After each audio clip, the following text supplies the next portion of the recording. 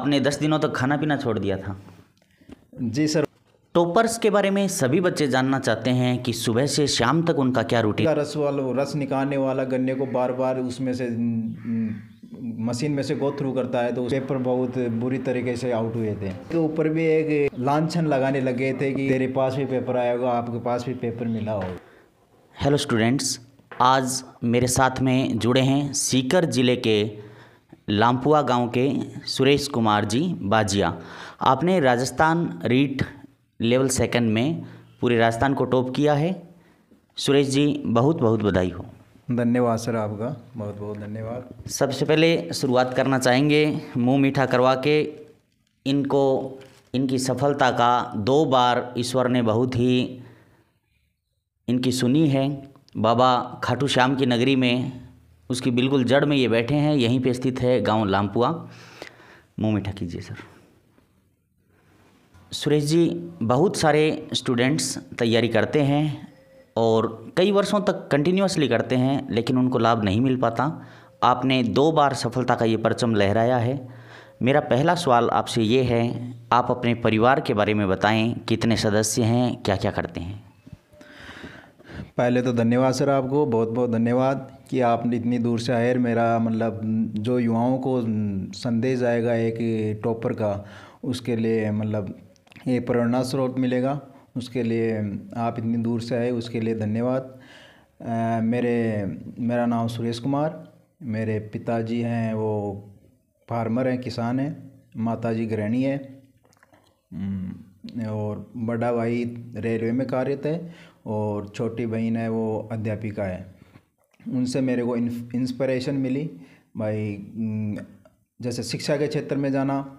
मेरे सिस्टर से सीखा कि आप अध्यापक बनो, अच्छे मतलब जो टीचर दीदी वो 2018 वाली वैकेंसी में सेलेक्ट हुई, उनके मार्गदर्शन में मैं आगे बढ़ा। फिर 2020 में मैंने बीएड कंप्लीट की और 2020 में मैंने यहाँ लोकल में रिंग क्षेत्र में अभिनव से 3-4 महीने कोचिंग की। देन आफ्टर कोरोना काल लगा। उस कोरोना काल में मैंने कोरोना काल का भरपूर वो फ़ायदा उठाया, मतलब ऐसे गवाया नहीं कोरोना काल। घर में बैठे बैठे ओनली पढ़ाई करना और कुछ करना। घर में टीवी था तो टीवी को भी बंद कर दिया था कोरोना काल में। मतलब ऐसे नेगेटिव न्यूज़ फॉल आ रही थी टीवी के अंदर, उतनी डेट हो गई, उतनी डेट, उससे नेगेटिव इम्पैक्ट पड़ता, उससे टीवी को बंद कर दिया था सर। जो स्टूडेंट्स शुरुआती स्टेज में वीक होते हैं, उनको बहुत बार लगता है कि हम क्या गवर्नमेंट जॉब को प्राप्त कर पाएंगे। सुरेश जी, आपका इस बारे में क्या मानना है और आपकी एजुकेशन कैसे रही? बेसिक एजुकेशन आपकी कहाँ से हुई? जी सर, बेसिक एजुकेशन 1 to 4 मैंने गवर्नमेंट स्कूल में की। फिर 5 to 10 अपने यहाँ लोकल ग्रामीण क्षेत्र लामपुआ में की मैंने स्टडी। फिर रिंगस परिक्षेत्र में की। 5 to 10 आप गवर्नमेंट स्कूल में थे या प्राइवेट स्कूल में? प्राइवेट स्कूल में था sir ji. 1 to 4 government school में और 5 to 10 प्राइवेट स्कूल में की थी सर जी। उसमें मतलब मीडियम लेवल का था, न ज़्यादा इंटेलिजेंट न ज़्यादा लोअर। 10th आपकी किस सन में हुई थी? 10th मेरी 2012 में कंप्लीट हुई थी सर। तो उसमें क्या आपके क्या प्रतिशत रहे? 85% रहे सर मेरे। तो 85% के साथ सुरेश जी एवरेज थे। 85 में तो बहुत ही टॉप स्टूडेंट्स होते हैं और वो आज तक अभी तक टॉप बने हुए हैं। इसके बाद आपने मैथमेटिक्स लिया? हाँ, मैथमेटिक्स सब्जेक्ट चूज किया मैंने। और साथ में फिजिक्स और केमिस्ट्री? हाँ, फिजिक्स केमिस्ट्री उसमें साथ थी इंक्लूड। तो 11वीं और 12वीं की आपकी शिक्षा कहाँ स्कूल से? 11th मैंने खाटू श्याम जी प्रिंस स्कूल से की और 12th रिंगस परिक्षेत्र चाणक्य स्कूल से की सर। तो 12th में आपके क्या प्रतिशत रहे? 12th में 75% रहे। उसमें 10th से 10% गिरावट रही थोड़ी। उसकी वजह ये रही कि साइंस मैथ बैकग्राउंड वाले बच्चे हैं ना, हिंदी और इंग्लिश पर कम फोकस करते हैं। पीसीएम फैक्टर को ज़्यादा कंपलसरी सब्जेक्ट में आपके कम रहे? हाँ, कंपलसरी सब्जेक्ट में थोड़े कम रहे, उनको थोड़ा ज़्यादा टाइम नहीं दिया, उसकी वजह से परसेंटेज में नहीं। पीसीएम में ठीक है, 86 के नाम समथिंग है। तो आपकी 12वीं हुई फिर 2014 में? 2014 में 12वीं। ठीक है। इसके बाद आपने बीएससी? इसके बाद में सर मैंने थोड़ा सेक्टर चेंज किया, आईआईटी सेक्टर में जाना था। ठीक। तो मेरे को किसी ने गाइड किया कि आप प्रॉपर उसका आईआईटी का तैयारी करो आप सिक्कर कोचिंग सेंटर में जाके। तो वहाँ मैंने जीसीआई में 1 ईयर की कोचिंग ली जी। आईआईटी की। उसमें हुआ ये था कि मेरा भाई भी उस टाइम जॉब नहीं था सर। तो मतलब मैंने आईआईटी मेंस क्वालिफाई कर लिया था अच्छे खासे नंबरों से, और कट ऑफ से लगभग अराउंड 40 नंबर एडवांस थे मेरे। तो मैंने उसकी इस वजह से काउंसलिंग नहीं करवाई कि मैं एडवांस क्वालिफाई कर लूँगा।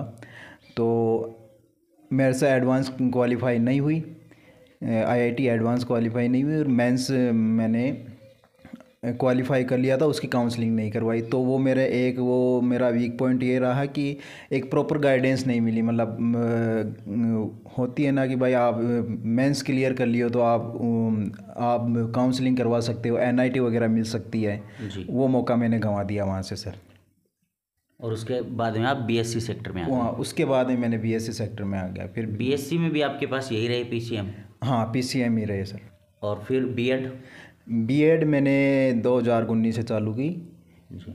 रिंगस परिक्षेत्र से चालू की, और 2020 में मेरी बीएड कंप्लीट हो गई। उस वक्त ऐसा था कि मतलब सर जैसे ही फर्स्ट ईयर कंप्लीट हुई, सेकंड ईयर आने को थी, उस सुगबुगाहट होने लग गई थी, थर्ड ग्रेड भर्ती आएगी। तो उस समय ऐसा डाउट हुआ कि क्या पता हमारी बीएड सेकंड ईयर कंप्लीट होगी या नहीं होगी, उससे पहले भर्ती ना हो जाए। तो मैंने बीएड 2020 में रनिंग में ही 3-4 महीने मतलब यहाँ पे कोचिंग की। भाई जैसे ही बीएड क्लास कंप्लीट होती आफ्टरनून, उसके बाद मैंने कोचिंग ज्वाइन कर रखी थी, 3-4 घंटा वहाँ पढ़ते, और वो मैंने कंटिन्यू कोचिंग करी 3-3.5 महीने के समथिंग। ये कौन सी कोचिंग थी, क्या नाम था? अभिनव क्लासेस रिंगस। अब मैं रीट पे आता हूँ सर, तो डिटेल वाइज आप बताएं ताकि दूसरे स्टूडेंट्स को हेल्प मिल सके। क्या क्या था आपके सिलेबस में? सर जो रीट 2021 में जो वैकेंसी आई, उसमें हमारे सिलेबस में पात्रता और क्वालिफाइंग एक ही एग्ज़ाम थी जी। तो उसमें 2 तो लैंग्वेज थी, वो मेरे रही इंग्लिश लैंग्वेज फर्स्ट और हिंदी लैंग्वेज सेकंड। लैंग्वेज में ये लफड़ा रहता है, मतलब ज़्यादातर जो मेजॉरिटी लोगों की है, मैं लैंग्वेज इंग्लिश सेकंड प्रेफर करते हैं जी। और हिंदी फर्स्ट प्रेफर करते हैं। मेरा ये रहा कि मेरे शुरू से ही इंग्लिश में थोड़ा इंटरेस्ट था, भाई लैंग्वेज फर्स्ट ठीक रहेगी, मतलब इंग्लिश ग्रामर वगैरह थोड़ी ठीक थी, और हिंदी सेकंड में थोड़ा वो था कि सौंदर्य वाला पोर्शन है उसमें वो था। तो बेसिकली ये सोचा कि स्टूडेंट सोचते हैं कि अपने स्ट्रॉन्ग पॉइंट को और स्ट्रॉन्ग बनाते हैं। जी। मेरा आइडिया थोड़ा अलग था कि सर मैंने स्ट्रॉन्ग पॉइंट को स्ट्रॉन्ग रहने दिया, उसको अप नहीं लिया। जो मेरा वीक पॉइंट था उसको मैंने स्ट्रॉन्ग लेवल तक ले आया, तो सभी सब्जेक्ट थोड़ा इक्वल हो जाएं। उसका बेसिकली मेरे कॉन्सिक्वेंस ये निकले कि सर मेरे हिंदी लैंग्वेज सेकंड में मैंने ज़्यादा फोकस किया, स्ट्रॉन्ग किया उसमें, मतलब सौंदर्य वाला पोर्शन है। एक्चुअली हिंदी लिटरेचर वाले ज़्यादा इंग्लिश से वो हिंदी सेकंड ज़्यादा लैंग्वेज लेते हैं, मेरे लिटरेचर नहीं थी, फिर भी मैंने सेकंड लैंग्वेज हिंदी ली। उसमें मैंने एग्ज़ाम दिया, और एग्ज़ाम दे के बाद में एनालाइज़ किया, मेरे 30 में से 30 नंबर ऑप्ट किए हिंदी में। जी। उससे मैं बेसिकली ये सीख ली कि अपने वीक पॉइंट को स्ट्रॉन्ग तक ले जाओ। मेरे को ये भी डर था कि कहीं ना कहीं ये खामियाजा न भुगतना पड़े, कि जैसे कि सर भाई अपना वीक पॉइंट है, इसमें थोड़ा कम आ गई तो क्या होगा। मैंने उस पर ज़्यादा फोकस किया, उसमें 30/30 आ गए, इंग्लिश में 30/28 आ गए सर। जो जहाँ से आपने शुरुआत की थी उस टाइम आपने टेक्स्ट बुक्स उठाई थी, या कहाँ से बिगिनिंग कहाँ से की आपने, जब पहली बार आपने सोचा कि मुझे रीट का एग्ज़ाम देना है? जी सर, ये बहुत अच्छी बात पूछी आपने कि टेक्स्ट बुक रेफ़र की या अदर रिसोर्स। जो भी एग्जामिनर हैं वो भी एक तरह की ऑथेंटिक बुक प्रेफर करते हैं, कि भाई ऐसे नहीं है कि भाई कोचिंग के नोट्स उठा लिए, वहाँ से इररिलेवेंट चीज़, ऑथेंटिक चीज़ नहीं है वो उठा ली, वो ऑथेंटिक रिसोर्स रेफ़र करते हैं सर।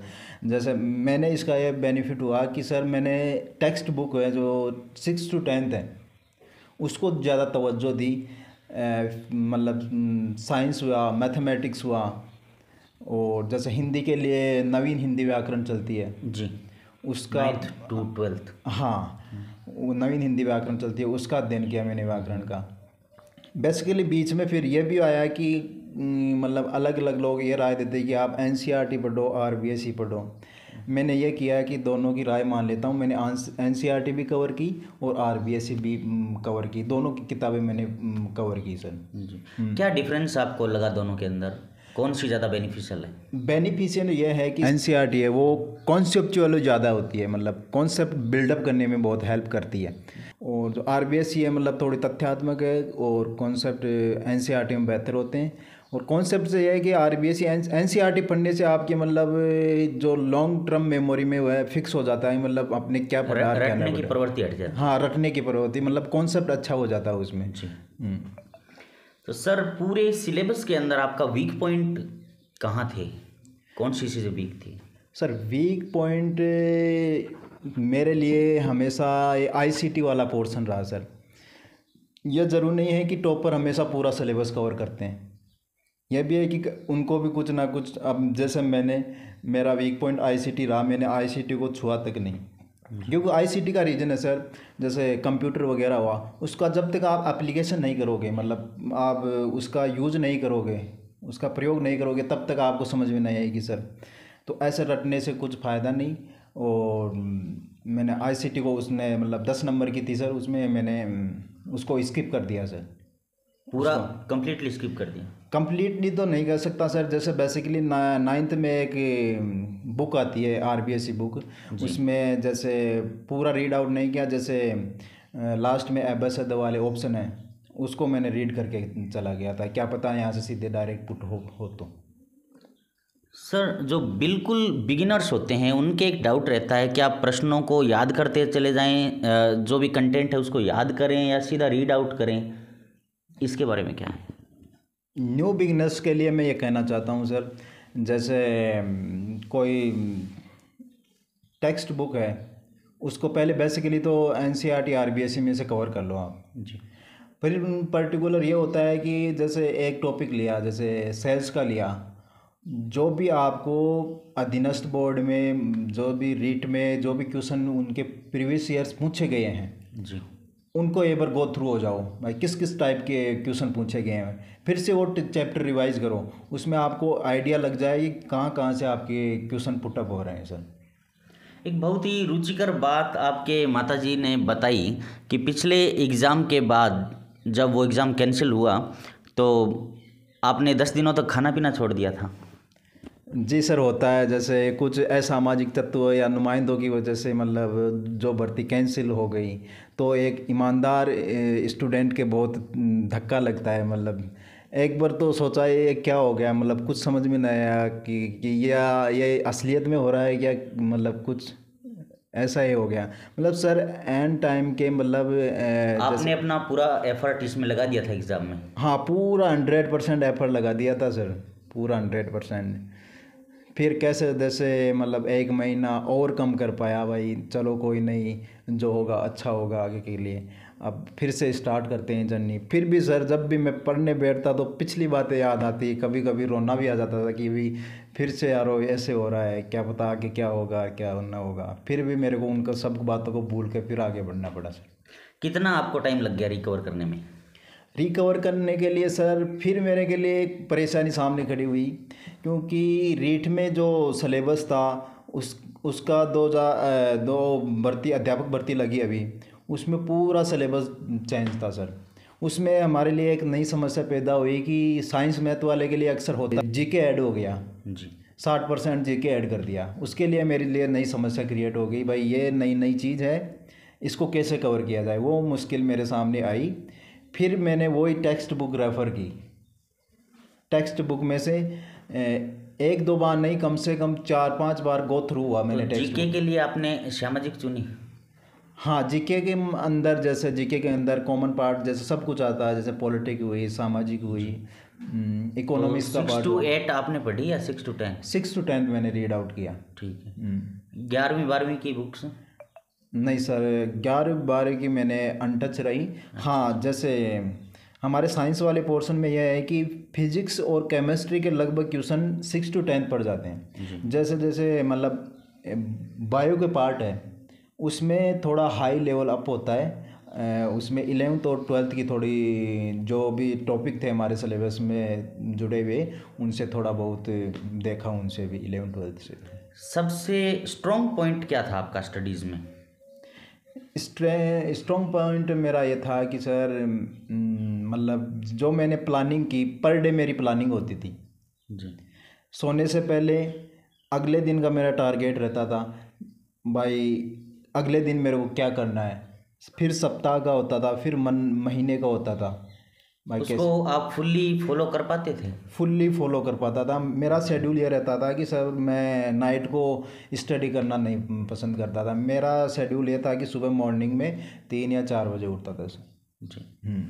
तो मॉर्निंग में लगभग 11-12 बजे समथिंग में ऐसे सोचता जो मैंने कल जो मैंने डिसाइड किया था पैटर्न उसी पे फॉलो करूँ, उसको कंप्लीट करूँ। टॉपर्स के बारे में सभी बच्चे जानना चाहते हैं कि सुबह से शाम तक उनका क्या रूटीन रहता है, तो आप कितने बजे उठते थे मॉर्निंग में? देखिए सर वो तो अपने इंडिविजुअल पर्सनैलिटी पर डिपेंड करता है सर। मेरा यह था कि ज़रूरी नहीं है कि वो हर पर लागू हो, मतलब हर चीज़ हर पर्सनैलिटी पर लागू हो। मेरा ये था कि सर जैसे मॉर्निंग में 3 बजे उठना, फिर भरी सर्दी में मतलब मॉर्निंग में ही नहा लेता था मैं सर।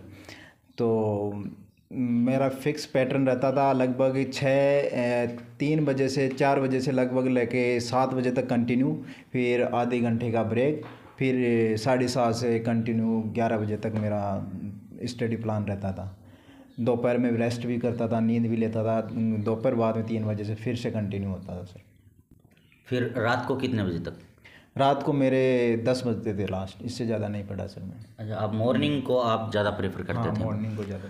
तो कुछ पर्टिकुलर आपका ऐसे रहता था सुबह मॉर्निंग में मुझे इतने से इतने ये पढ़ना है पूरे दिन भर का, या ये चेंजिंग रहता था? सर ये ज़रूर था कि मेरा जैसे मॉर्निंग में अलग शेड्यूल रहता था और इवनिंग का अलग शेड्यूल, कि कौन सा सब्जेक्ट मेरे को मॉर्निंग में ज़्यादा पढ़ना चाहिए, आफ्टरनून कौन सा सब्जेक्ट पढ़ना चाहिए।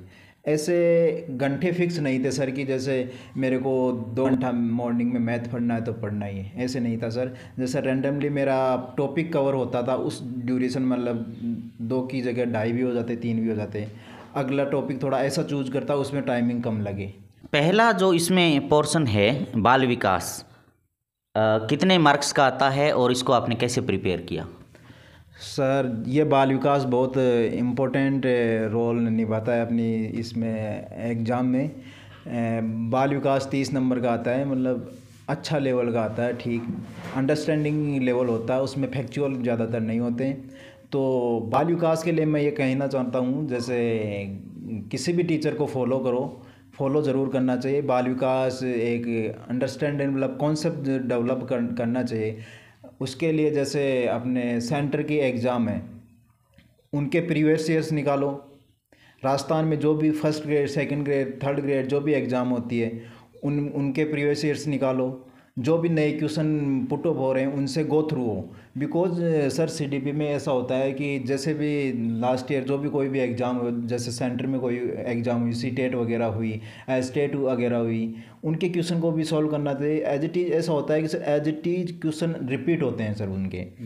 जैसे अभी जो साइकोलॉजी का एक क्वेश्चन था माउस और माइस वाला, वो कम से कम संस्कृत शिक्षा विभाग में फर्स्ट ग्रेड में पूछा हुआ है।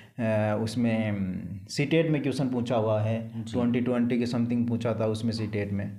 तो ऐसे मतलब क्वेश्चन रिपीट होते हैं प्रीवियस ईयर भी, तो उनके थ्रू गो थ्रू होना चाहिए कि मतलब हमेशा पेपर से मतलब जो भी पेपर लगे उनको देखना चाहिए सर प्रीवियस ईयर। बुक्स कौन सी थी आपके पास? सर मैंने धीरज सिंह धाबा सर की बुक्स फॉलो की जी। कोई कोचिंग वगैरह धीरज सर के भी जो भी यूट्यूब चैनल पर जो भी वीडियो अपलोड करते हैं उनको मैं देखता था सर जी।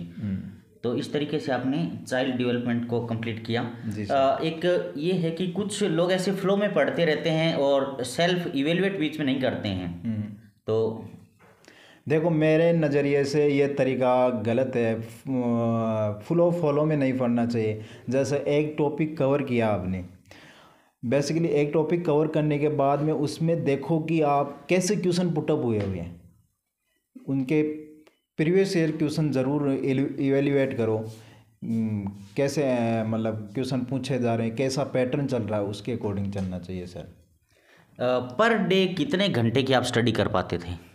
घंटे तो है ऐसे है कि put in the hours put in the works, ये थ्योरी लागू होती है। मतलब जब तक आपका पहले दिन का टारगेट कंप्लीट नहीं हो जी, तब तक आपका अगले दिन पढ़ते रहो, ज़्यादा से ज़्यादा पढ़ाई पर फोकस करो सर। ये सही। ऑलमोस्ट आपकी कितने घंटे हो जाती थी? ऑलमोस्ट मेरी लगभग मिनिमम तो 10 घंटे थी, अबाव भी मान लो कितने भी 10 11 12। जी। तो सर स्ट्रेटजी कैसे बनाई अपनी पूरी रीट की? स्ट्रेटजी मतलब हर चीज़ का स्ट्रेटजी, मतलब टैलेंट हर कोई होता है, बस एक प्रॉपर गाइडेंस मिलनी चाहिए उसको। हर कोई टैलेंट होता है, वो स्ट्रेटजी की बात कर रहे हैं सर।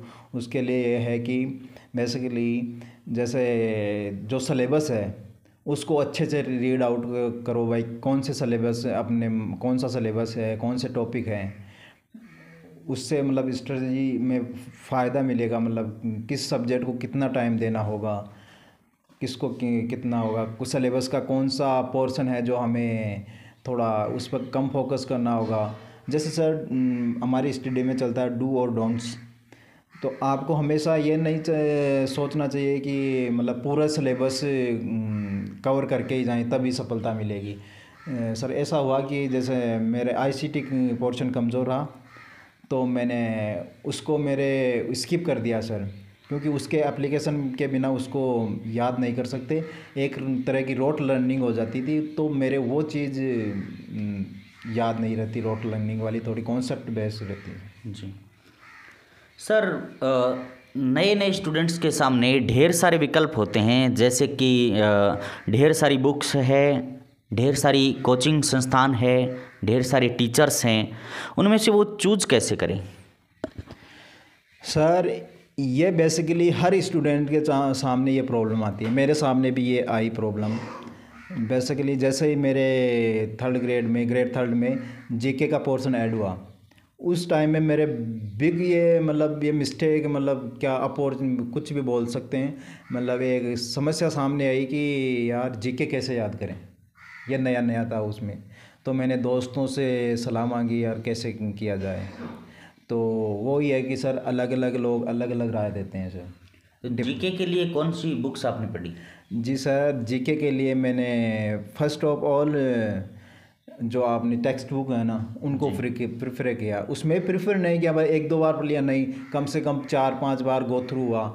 जैसे गन्ने का रस निकालने वाला गन्ने को बार बार उसमें से मशीन में से गो थ्रू करता है तो उसमें से रस निकलता ही रहता है, सेम वैसे ही टेक्स्ट बुक को मैंने फॉलो किया। जितनी बार भी मैंने पढ़ा उनको, उनमें से कुछ ना कुछ मैंने को नया सीखने का मिला सर।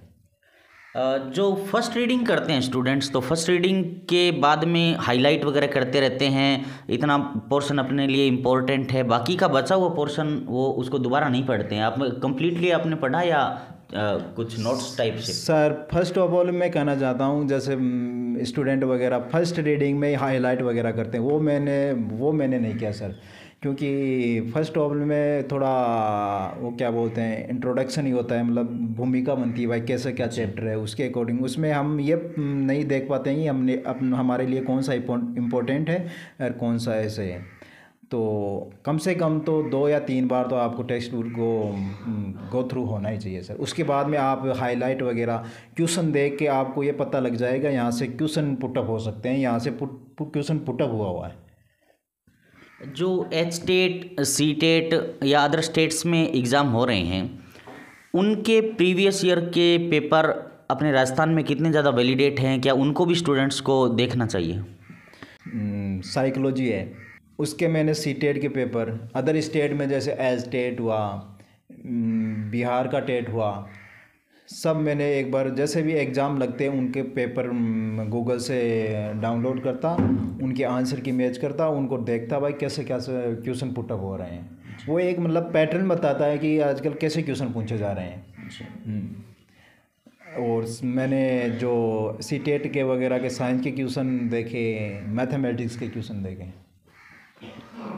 कुल मिला के पूरी बात का जो सार निकल करके आता है वो syllabus, previous years paper, coaching, revision, test series. तो इसका क्रम क्या रखा जाए? सर पहले तो सिलेबस इम्पोर्टेंट रोल करता है।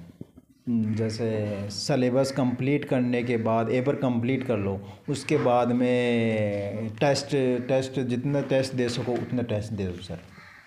और बेसिकली ये होता है कि मतलब स्टूडेंट लॉन्ग टर्म में अपना एम नहीं बना पाते। जैसे एग्ज़ाम हुई, एग्ज़ाम आई, एग्ज़ाम का नोटिफिकेशन आया, उसके आफ्टर लगते हैं कि हमें अपनी तैयारी स्टार्ट करनी चाहिए जी। वो चीज़ गलत है सर। मैंने शुरू से ही ये नोटिफिकेशन पहले से ही मैंने स्टडी मतलब चालू कर दी कि मेरे को एक ही एग्ज़ाम टारगेट फोकस करना है। जैसे स्टूडेंट डाइवर्ट हो जाते हैं, भाई फर्स्ट ग्रेड आ रही है तो फर्स्ट ग्रेड में चला जाऊँ, सेकंड ग्रेड आ रही तो सर सेकंड ग्रेड में चला जाऊँ। मेरे ये नहीं था सर, मैं शुरू से ये एम क्लियर कर लिया था मेरे को थर्ड ग्रेड में जाना। ये मेरा अगला प्रश्न होने वाला था कि बहुत सारे स्टूडेंट्स जैसे दिल्ली पुलिस के का फॉर्म भी भर दिया, वो कोई और दूसरी वैकेंसीज देख रहे हैं, तो आपने इसको पहले आंसर कर दिया है। हाँ लेकिन हाँ जी सर, वो भी हाँ एग्ज़ाम से ये कहना चाहता हूँ कि एग्ज़ाम हो वो देने जाओ, पर टारगेट अपना एक रखो सर जी। आपका शुरू से ही टीचर का ही टारगेट था? बेसिकली शुरू से तो नहीं कह सकता। जैसे 11th पास आउट की तो मैंने आईआईटी का सोचा। आपको पहले बता दिया कि जैसे उसमें वन ऑप्शन मैंने नेगलेक्ट कर दिया, मतलब वहाँ से वो ऑप्शन हट गया, फिर बीएससी की। देन आफ्टर मैंने सोचा मैं ये टीचर ही बनना है जी। आपका इंटरव्यू बहुत सारे लोग देख रहे होंगे, तो जो एग्ज़ाम टॉपर्स हैं उनके इंटरव्यूज़ वगैरह आप देखा करते थे, ये हेल्प इनसे मिलती है, कोई मोटिवेशन मिलती है, कोई गाइडेंस मिलती है? जी सर, हर टॉपर्स का एक अलग स्ट्रेटजी रहती है। हालांकि टॉपर्स का इंटरव्यू देखना चाहिए, पर इम्पोर्टेंट रोल अपना इनर मोटिवेशन है ना, वो ज़रूर हेल्प करता है। अपनी घर की परिस्थितियाँ, अपने माता पिता के जो उम्मीद है आपसे, उनके ऊपर खरा उतरना चाहिए। वो ही एक इनर मोटिवेशन होता है सर। बेसिकली मेरे लिए इनर मोटिवेशन ये था कि जैसे भर्ती मेरी कैंसिल हुई, उसमें जैसे मेरे को न्यूज़ मिली कि भर्ती रद्द कर दी गई है, तो मेरे को आंसू आ गए थे सर आंखों में, रोना आ गया था। तो सेम कंडीशन मम्मी की भी ऐसी थी। देन आफ्टर मैंने तैयारी स्टार्ट की, तब मेरे को इनर मोटिवेशन वहीं से मिलता था कि भाई अंदर से भाई अपनी माताजी के साथ भी कैसा फील हो, उनको अच्छा लगना चाहिए कि मेरा बेटा आगे भी स्टडी जारी रहे, आगे भी अच्छा ही करेगा। एक बहुत अलग प्रकार की और चीज़ मुझे आपके अंदर देखने को मिली। आपकी मैरिज किस सन में हुई थी? सर मेरी मैरिज 2012 के अंदर हो गई थी सर जी। तो मैरिज को इस एज में बच्चे अवॉइड करना चाहते हैं कि पता नहीं मैरिज के बाद हम कोई एग्ज़ाम क्रैक कर पाएंगे या नहीं कर पाएंगे, इसको एक बाधा मानते हैं। आपके साथ ये कैसा रहा? जी सर, एक मैरिज को एक मोटिवेशन भी मानते हैं सर। जैसे जो अनमेरिड है ज़्यादातर ऐसे सोचते हैं कि उनको एक मोटिवेशन मिलता है कि यार नहीं पढ़ेंगे तो क्या पता शादी नहीं होगी। आजकल ये ट्रेंड होता है, मतलब होती भी नहीं है। बेसिकली एक अलग एक वो भी पॉइंट भी लेने लगे कि जो गवर्नमेंट नौकरी है उनको ही ज़्यादा तवज्जो देने लगे। तो वो फैक्टर भी मेरे कम हो गया था कि मेरे 2012 में शादी हो गई।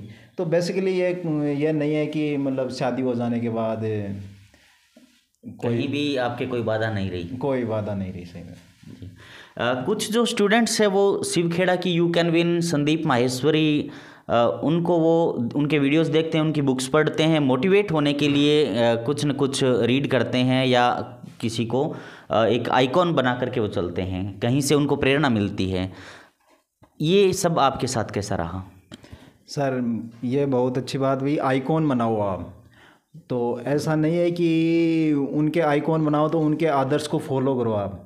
जैसा आप बोलते हैं वो बोलते हैं, उनको फॉलो करो। ऐसा नहीं कि इस कान सुने उस कान निकाल दिया सर, ये अच्छी बात है। उससे बेटर मेरे को ये लगा कि आपके अंदर इनर मोटिवेशन होना चाहिए।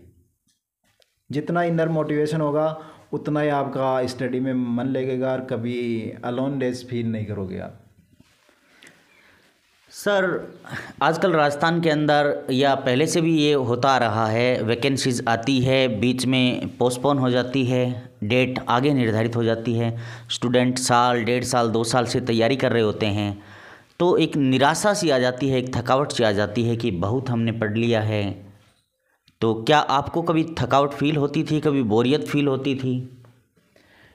जी सर, ये आप जो क्वेश्चन पूछे हैं वो सेम मेरे ऊपर डिपेंड मतलब लागू होता है ये चीज़, क्योंकि मैंने ये चीज़ फेस की है, बहुत बार फेस की है। जैसे कोरोना काल लगा, हमारी एग्ज़ाम जैसे डिसाइड हो गई भाई अगले महीने है, तो फिर अगले महीने अंदर एंटर करते, तो फिर अगले अगले 2 महीने के लिए और पोस्टपोन करते। कम से कम 4 या 5 बार हमारी एग्ज़ाम पोस्टपोन हुई।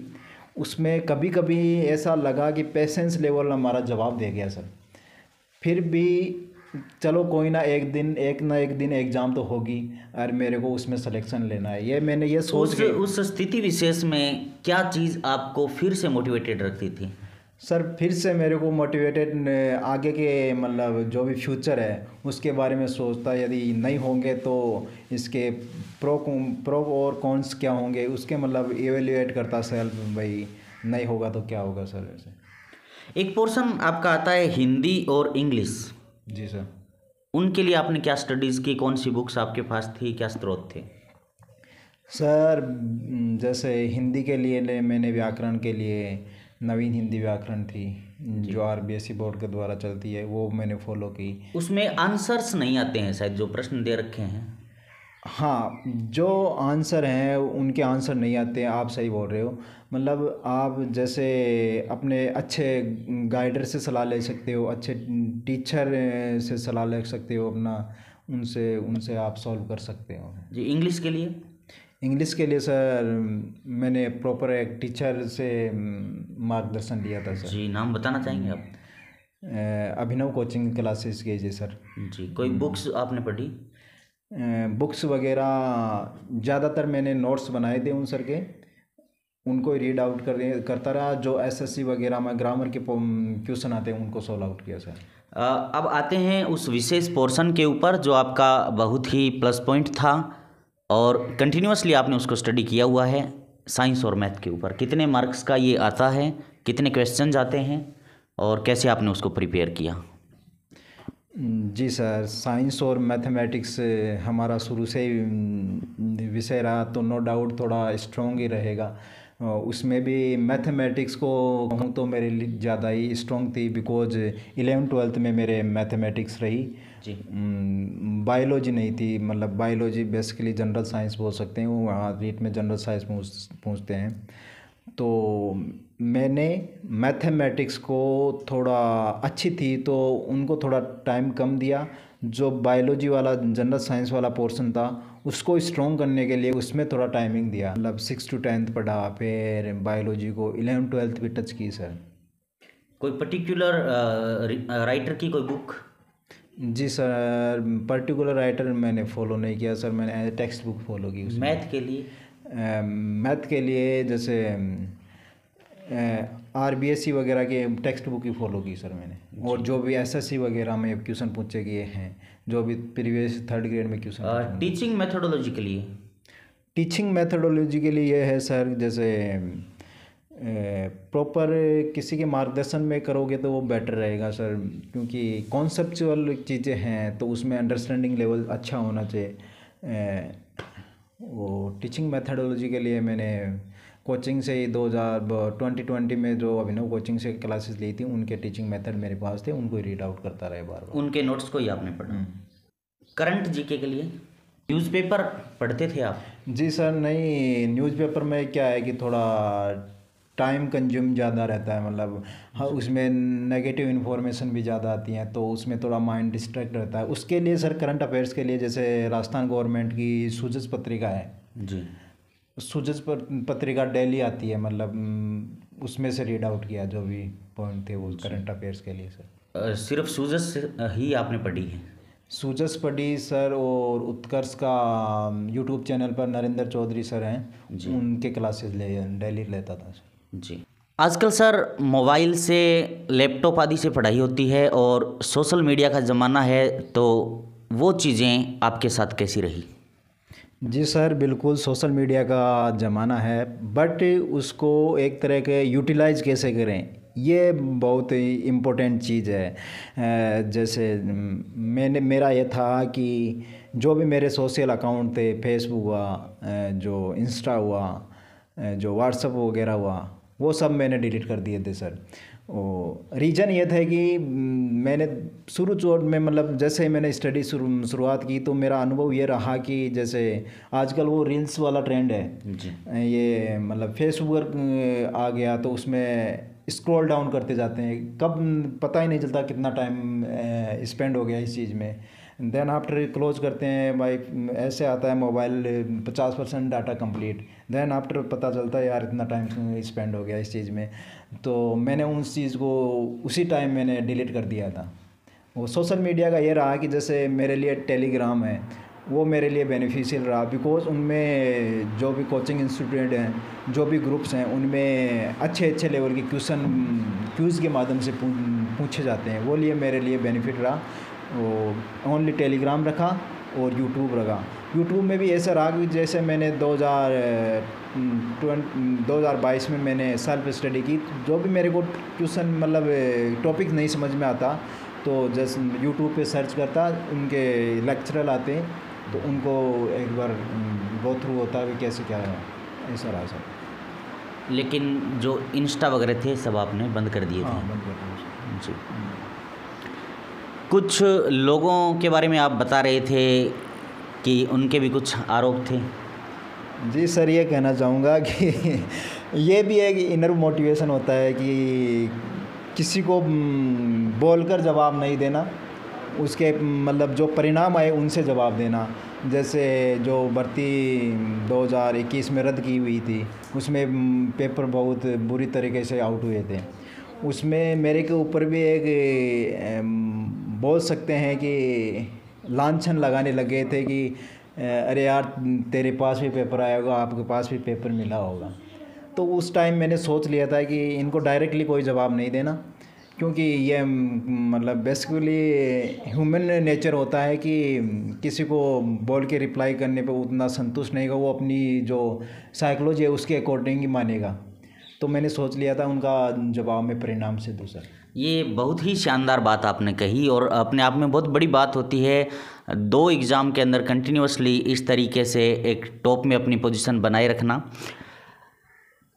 कुछ वर्तमान सिचुएशन ऐसी बन चुकी है, ऐसी इन घटनाएं लोगों के सामने आ चुकी है कि उनको लगता है वास्तव में पेपर बिके होंगे और जो टॉपर्स हैं उनको भी वो शक की दृष्टि से देखते हैं। कुछ कोचिंग्स के घटनाक्रम, कुछ स्कूलों के अंदर ऐसी घटनाक्रम हो जाती है, नकल के प्रकरण सामने आ जाते हैं या पेपर लोगों के पास पहले मिल जाते हैं। तो ये एक नेचुरल सी बात है कि वो शक करेंगे, टॉपर्स को भी वो शक की दृष्टि से देखते हैं। तो इंटरव्यू देख रहे लोग आपको भी हो सकता है इस तरीके से देखें कि क्या पता आपके पास पेपर आया होगा या आपने नकल की होगी। आप कैसे इस चीज़ को क्लियरिफाई करना चाहेंगे? आप अपनी ईमानदारी को कैसे दिखा सकते हैं? जी सर, ये चीज़ आपने अच्छी क्वेश्चन पूछा। एक इंटीग्रिटी होती है कि मतलब आपको ऑटोमेटिक फील हो जाएगा कि किसने पेपर लिया है, फिर फेस रीड आउट करके आपको पता चल जाएगा कि किसने पेपर लिया है और किसने नहीं लिया है। तो आप जैसे वो आपके ऊपर डिपेंड है कि आपकी मनोवृत्ति कैसी है, आप मेरे को किस तरह से लेते हो। जैसे आपने पेपर लिया है, मैंने मेरी इंटीग्रिटी से पेपर दिया पूरी ईमानदारी से 2021 में भी, और जो अभी वैकेंसी लगी है उसमें भी। बिल्कुल, ये यहाँ पहुँचने से पहले मेरे भी दिमाग में ये डाउट था कि क्या आपने कोई चीटिंग वगैरह भी की होगी क्या। लेकिन जब मैंने आपसे बातचीत की, आपके जो इमोशंस मैंने देखे तो वहाँ पर सब चीज़ें क्लियर थी। आपके फैमिली मेम्बर्स के जो बातचीत मैंने सुनी वहाँ से ये चीज़ स्पष्ट थी। आपने ऑनेस्टली अपना पेपर दिया है। आपको एक बार फिर से बहुत बहुत बधाई।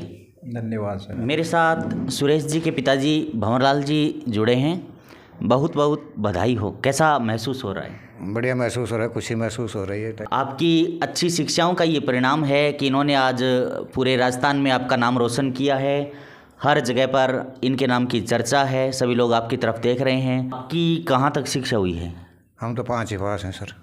फिर भी आपने अपने बच्चों को अच्छी शिक्षा दी है। पिछली जो इनकी वैकेंसी थी जो रद्द हो गई थी, उसका आप कुछ वर्णन कर रहे थे कि इन्होंने 10 दिनों तक खाना नहीं खाया था। हाँ सर, 10 दिन तक खाना नहीं खाया। इसमें हम जोरा बदे खिलाते थे, ये रोता था और अब भी हम भी दुखी पाते थे, भैया मेहनत की और